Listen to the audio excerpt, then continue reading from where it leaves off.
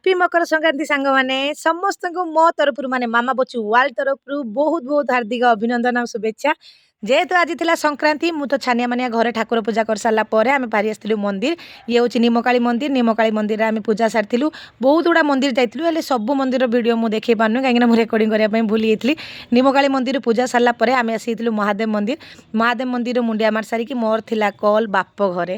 ସବୁ ଝିଅମାନଙ୍କୁ ତ ବାପ ଘରେ ଡାକରା ହେଇଥାଏ, ମୋତେ ବି ହେଇଥିଲା।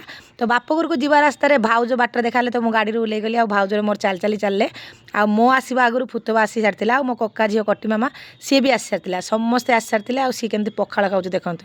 ତ ତା ଖାଇବା ଦେଖି ମୋତେ ବି ବହୁତ ଜୋର ଭୋକ ଲାଗିଲାଣି କାହିଁକିନା ମୁଁ ମନ୍ଦିର ଆସିବି ବୋଲି ଖାଇନଥିଲି।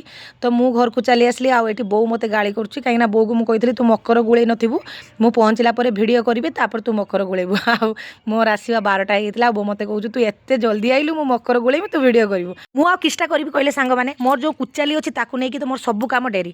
ଯାହା ବି ହଉ ଏତେ ଡେରିରେ ଆସିଥିଲି, ମୋତେ ଭୋକ ଲାଗିଥିଲା, ମୁଁ କିଛି କଥା ନ ଶୁଣିକି ମକର ଖାଇଦେଲି। ଆଉ ମକର ଖାଇସାରିଲା ପରେ ଫୁତୁବା ଆମ 3 ଜଣଙ୍କ ପାଇଁ ଶାଢ଼ୀ ଆଣିଥିଲା ଏକା ଟାଇପ୍ର।